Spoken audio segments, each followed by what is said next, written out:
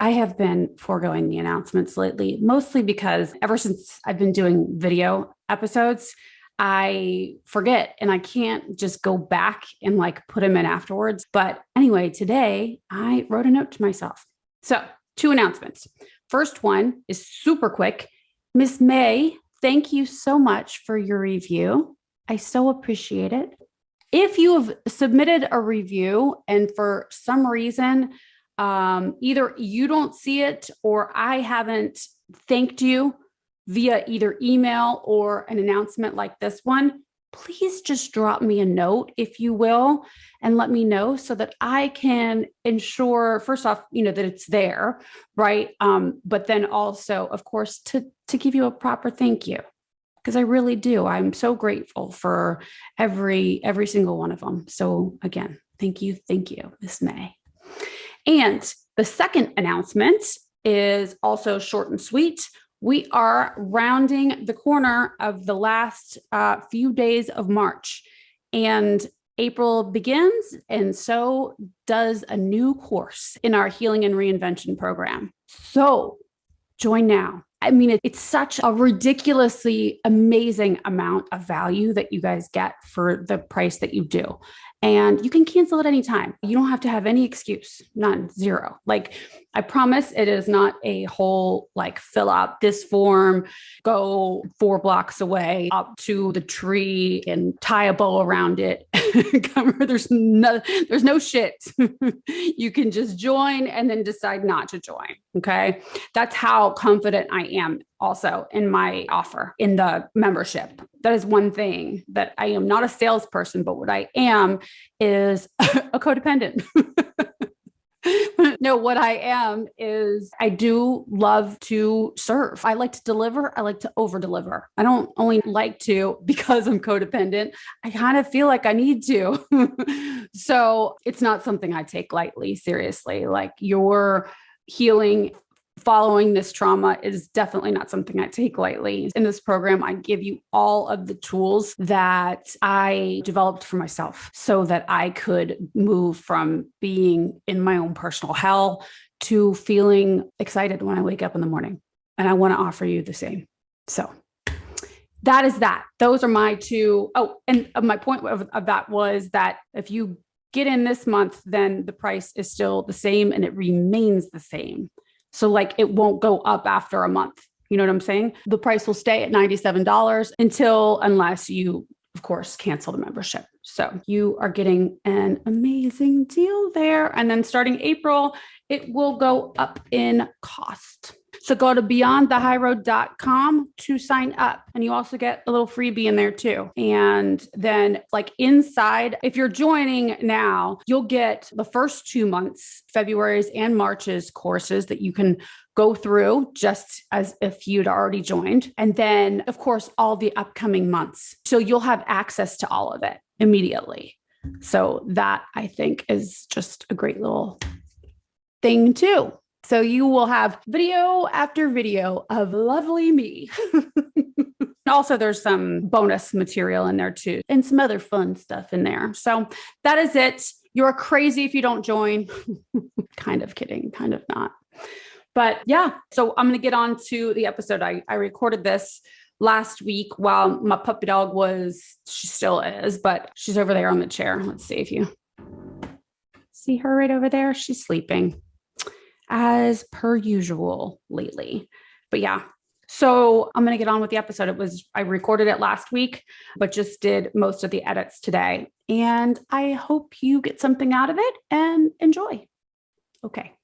Well, hello, my friends. I was just thinking before I hit record, I was thinking some of my fellow coach people, they have like names for their people that listen to their podcast, like a tribe. One in particular, she calls her people chickens. Hello, my chickens, which I was like, what? And so I just thought that was funny. And I don't know if there is an appropriate yet uplifting, not chicken-like name I could call you guys, like an endearing term I can use for you guys. But I'll put my thinking cap on. I just sounded like my second grade teacher, but I'll keep that in like the background of my mind to see if I can come up with something for us. I don't know what that would be. If you guys have any ideas, send them in.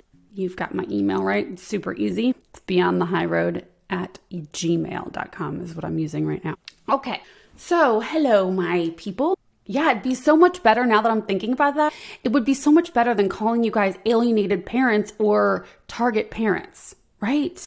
I got to think of chosen parents, I guess. Hello, my chosen parent. I don't know. I got to figure something out because I'm not in love with the way that I address you at this point. So today I want to talk with you guys about something that we have all experienced, either before your alienation began, but especially after your alienation began. You may even be experiencing it at this very moment. Feeling like you don't know what to do next. You don't know where to go, where to turn to. You know exactly what I'm talking about. And this can be on a very surface level. We can experience this morning, for instance. I was like, what am I going to do this episode on? Or like writer's block, right? Maybe you're experiencing feeling stuck with your career path, maybe stuck in a relationship. There's so many different kinds. But then, of course, when it comes to our relationship with our children, this goes into a deeper stuckness. So today, I want to visit all of those and help you to move through your stuckness, your stuckness. I like stuckness better. So to help you move through it and start feeling like you are not stuck anymore. That is my hope for you, is that you're ultimately feeling empowered to move in the direction that you want to go and that you know where you want to go. Okay? Because when we're talking about being stuck, we don't know. We feel confused. We feel lost. We just don't have the answers. I know the feeling of not even knowing where the answers are going to come from. So we're going to talk about the deeper kinds of being stuck first. I'm going to give you my experience with that. We'll do a little story time. And then I'll talk about also the solutions for the more surface, less complex stuckness. Okay. I was thinking this morning, I was like, when was the last time I was really stuck where I felt lost? And I can remember very distinctly, it was maybe 2 months after the last hearing I had for my daughter. This was like at my darkest time. I was living up in the hills in Texas on the lake, and I would have paid a lot of money for somebody to just give me the answers, for somebody to tell me what to do next. So I had, gone to court. It did not go well. I was angry at this judge who made it very clear that she did not have the time or the interest to be a part of the hearing that she was hearing, and it showed in her judgment of it. And so I was angry with her. I was angry with my attorney. I was angry at my life. I was angry, of course, at my daughter's father. I was angry at my family. I was angry at myself because I had sold my house and had been renting in order to get to court for my daughter. Up until that point, it had been over $200,000 that I'd spent in like a 10-year-ish period. So a lot of money had gone into this custody situation, and I had exhausted all of my resources. I didn't know what I was going to do next, and I couldn't afford any more. And so not only did I get this awful ruling, but then now I didn't have money to re-up with that attorney who I never would have rehired anyway, but didn't have the money for any attorney. I felt like it was everybody's fault and my fault all at the same time. Nobody had an answer that was acceptable to me or that I wanted. The only thing I really wanted was for somebody to tell me what was going to work, right? I was like, I need somebody to tell me what to do. I was desperate. I would have done probably anything at that moment if I thought it was going to get me moving and out of where I was, because I was miserable. I was living basically like I was living in poverty. I had sold my beautiful home in a beautiful neighborhood, all because I knew that I was correct in my efforts to care for my daughter. I knew that I was right, and I trusted for so long that somebody would see this and that somebody would save the situation. A judge, an attorney, somebody would surely see what was going on and fix it, right? And that didn't happen. And so I know you completely understand this, especially if you've been to court, but even if you haven't, you can share my sentiments here, right? So I was angry and I exhausted all of my other resources trying to get somebody to notice and for something to be set right. And so then now I was left with nothing. I had run out of hope. So this is how I was thinking then, right? I have not been really in the workforce for a number of years. I was in the health and fitness field as a coach from the time that I was in my early 20s until my daughter was about 3. And then I wasn't. And I was really just home, with her. And so I didn't know where I was going to go. I didn't know how I was going to support myself. There were supervised visits that were now ordered to be happening. And so how was I going to pay for all this stuff? And what was I going to do to fulfill me? At that point, I'd gotten so far away from knowing my own self. I sort of removed myself from myself. I had no idea who I was anymore. I didn't know what my passions were. I had to relearn who I was again. Now I know that I just had to relearn it. Back then, I thought that I really never knew who I was because I felt so hopeless and everything was foreign to me. I didn't know my role as a mom was just blown out of the water.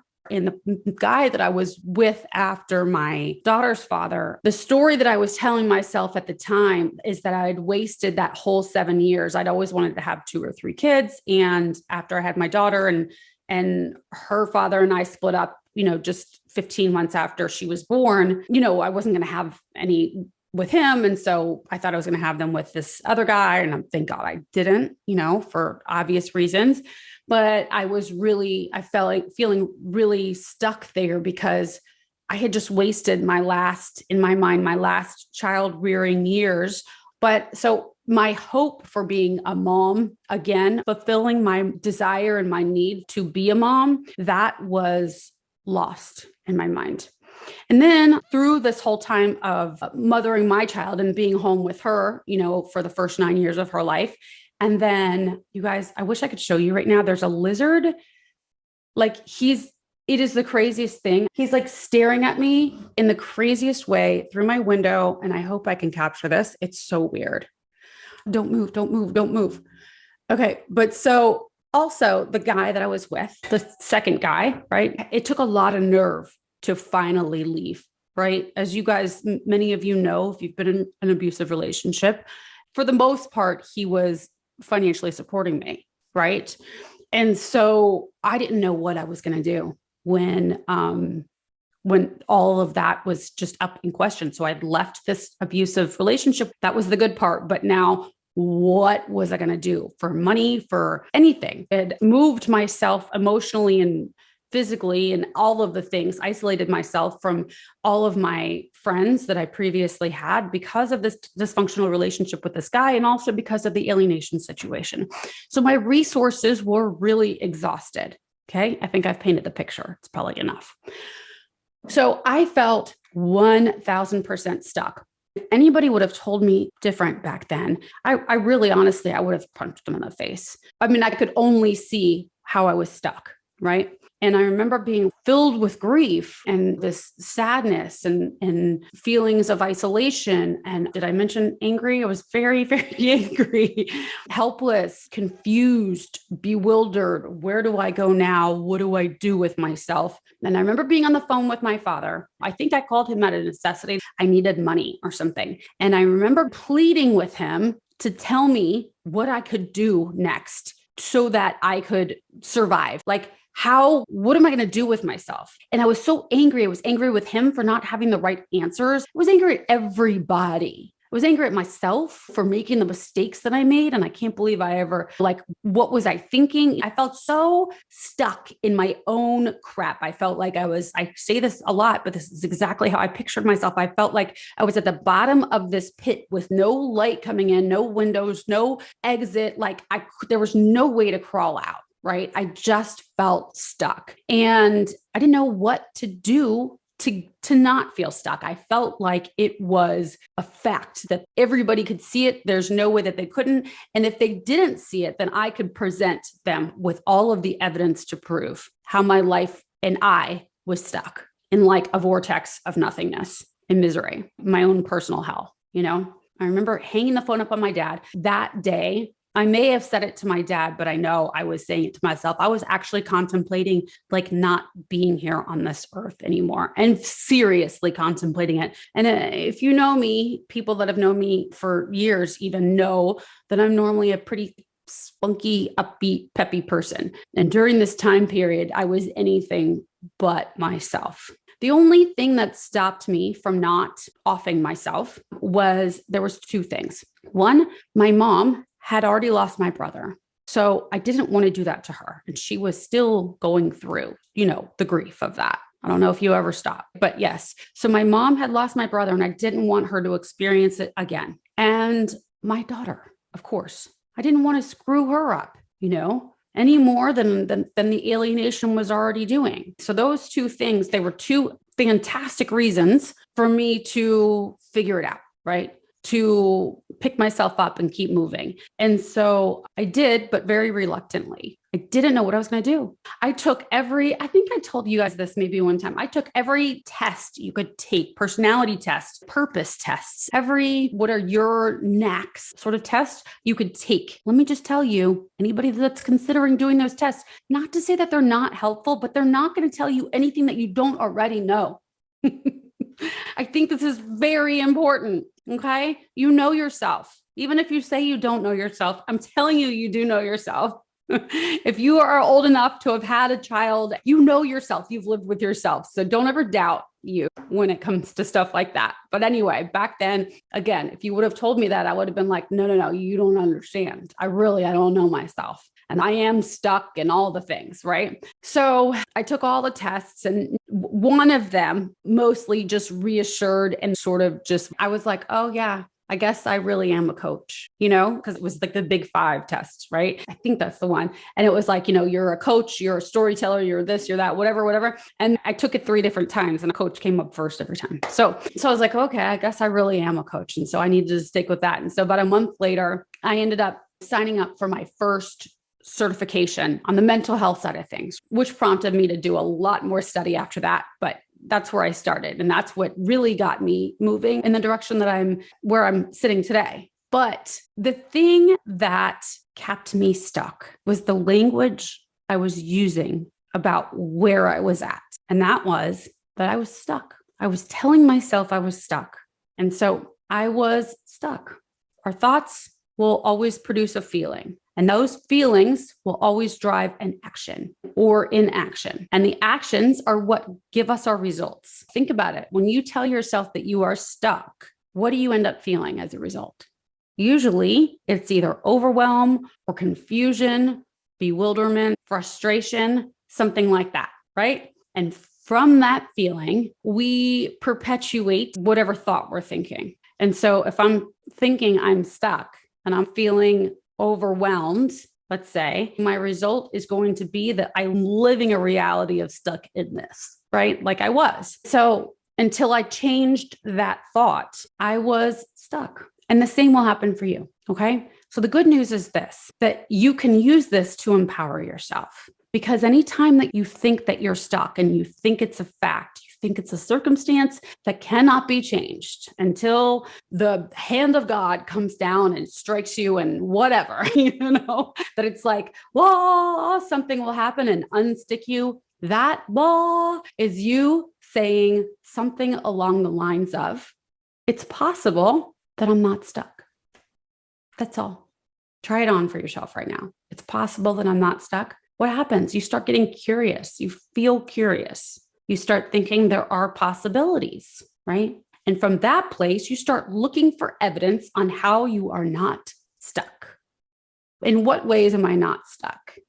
Okay. And then your result ends up being something different. You start producing. This morning, I didn't know what I was going to do for the podcast, for the episode today. I did. I mean, I had all these ideas, right? But I was like, oh, I don't know what to do. And so I grabbed my dry erase marker, my wet erase marker, and I went over to my sliding glass door and I was like, I'm stuck. And so that's the first thing I wrote. And then I was like, what do I want to do for episodes? And then the second that I started writing, all of these things came to mind. And not only did different ideas for different episodes come to mind, like I really had ideas for 8 more episodes, which I then transferred over into my ideas episodes thingy list. But I had an outline for next month's course material for my membership. And I had an outline for 2 of the podcasts for next month, right? Now, because I'm me, I may or may not go back to that outline and actually use it, but it's there. Like all of these ideas just started spilling out of me because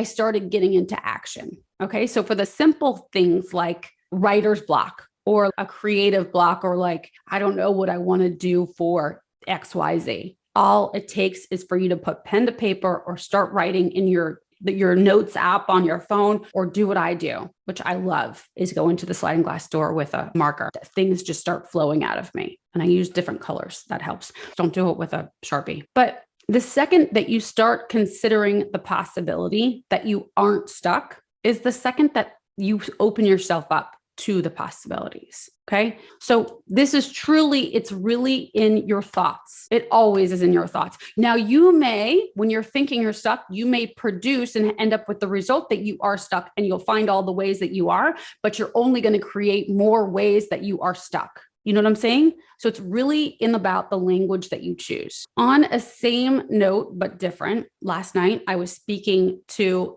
a person via message. The wording that they used was, I lost my kids, yada, yada, yada, yada, yada, right? Just without giving all the personal details about him. But the words, it was a longer message that he had sent me. But what stood out to me was, I lost my kids, blah, blah, blah, right? And I thought, I put myself, like if I was to say that to myself, I considered that for a second and I thought, that cannot feel good. Right. Of course, his situation is not going to feel good because he's already dealing with alienation, granted. But the language that you use to yourself, for yourself, referring to anything really, but especially with your kids, it matters. It really fucking matters. So I just would like to offer that you pay attention to how you are saying this. And I know that I have done an episode. I'm almost positive I did an episode on like the story that you're telling yourself about things. This is along those same lines. It is. It's just that the language that you're using, the words that you use to describe your situation, it matters. I'm stuck. What is that going to produce for you? It's going to produce a feeling of confusion. It's going to produce a frustration, overwhelm. You're not going to get anywhere from that. If you say, I lost my kid, that actually infers that your kid has been lost and they need to be found. Now, that could be okay for you, and it may not impact you the way that that kind of impacts me when I say it. When I say I lost my daughter, I don't like the way it feels inside. For me, it's like re-traumatizing, right? It makes me feel like there is an emergency that I need to take care of immediately. Right. And that may cause me to feel stuck because of the trauma. I might be like, oh, I don't know what to do. Right. And I could feel stuck again. So really paying attention to the language that you're using to describe what you think might be fact, really ask yourself if that's true. Is this true? Is this like a neutral way to describe whatever it is that you're trying to describe? When it's a situation that has caused you to experience trauma, I think it's very important that you neutralize the language that you're using. Okay. So instead of I lost my kid, for me, I would say I have not seen my child in such and such amount of time. I haven't spoken to my child in such and such amount of time. I went to court and the ruling was such and such and such.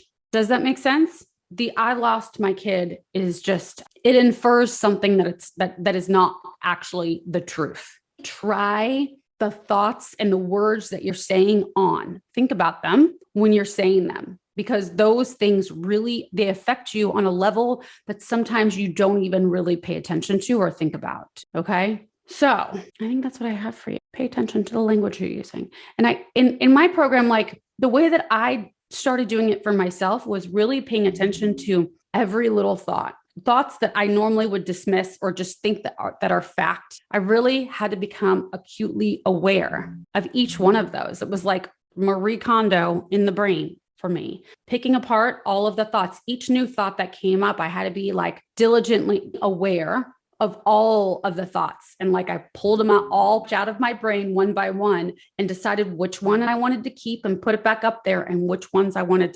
to not think anymore. Okay. Or work on not thinking anymore.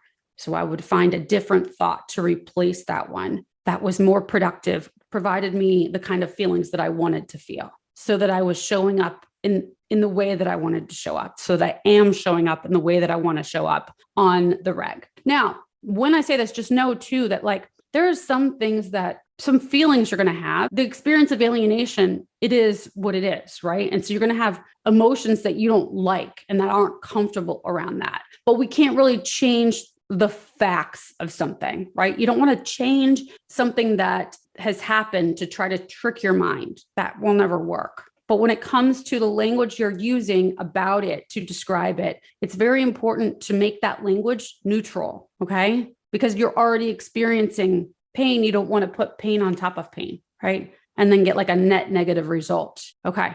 I hope that makes sense for everybody. So just look at the language that you're using to describe your situation, even with things like if we overgeneralize. Oh, I'm broke. I'm broke as a joke. What does that even mean? I have such and such amount in my bank account right now. That is a neutral circumstance, and it's not fueled in negativity and making you feel hopeless and bewildered and overwhelmed. Does that make sense? So just look at the language you're using for yourself so that you can generate feelings that get you out, move you from stuckness. I'm still looking at that lizard because it looks like a baby alligator.